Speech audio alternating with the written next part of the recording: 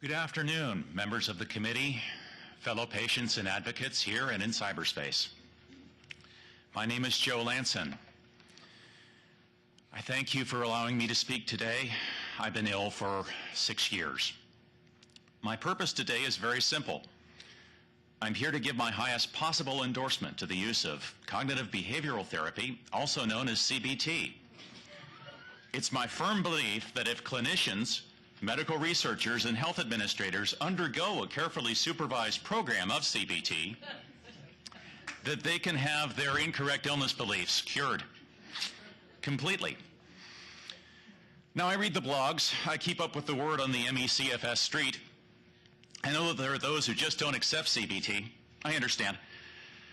Some of us say that we patients are at war, that we should treat doctors, officials, and scientists with incorrect illness beliefs as enemy combatants and treat them accordingly, an issue which is once again back in the news. Well, that's a straw duck I'd like to set up and knock down, quite literally.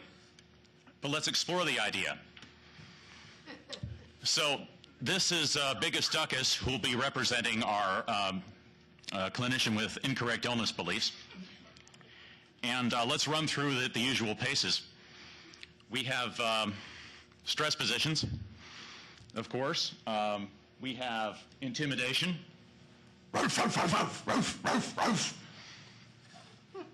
We have humiliation, other things like that.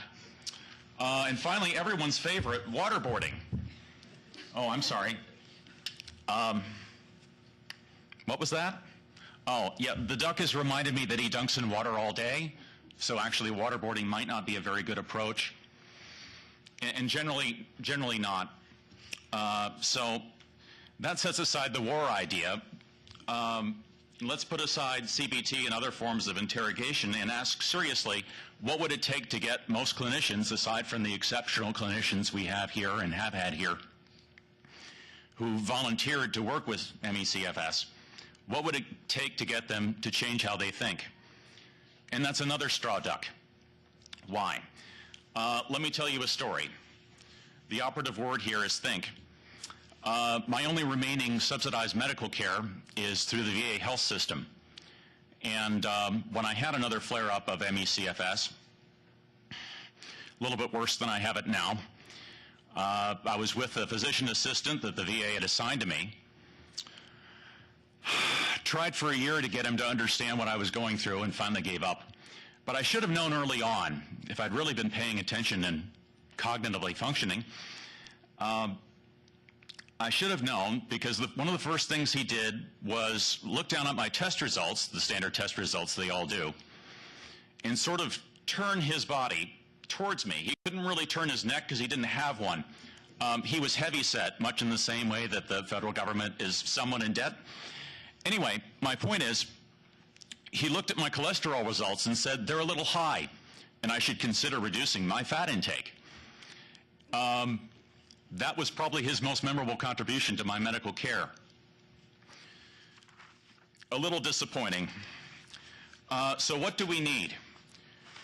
Instead of having clinicians, the majority of clinicians being the obstacle we are, as we've heard from the other people testifying, we need to bring them on board. We need to give them a test. If you will, a Geico-sponsored test. So easy a cave doctor can do it. That would change them into allies. It doesn't need to be perfect.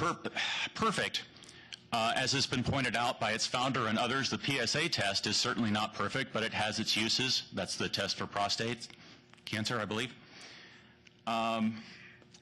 And if it raises more questions that it solves, that's fine. That'll get those clinicians asking questions. Right now, they don't care, as we've heard from other speakers. Last but not least, I want it known that I'm doing this for the primates. The primates who've given their lives in the service of CFS research.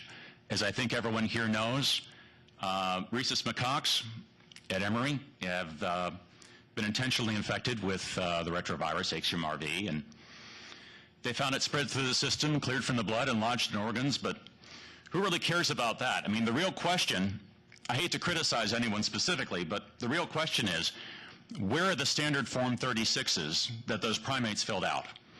What kind of graded exercise therapy did they receive? It's really, I can't believe they missed out on this opportunity for science. It was sloppy. If you could please wrap up, Joe. Thank you. That's all I had to say, and thank you for your kind attention. Thank you.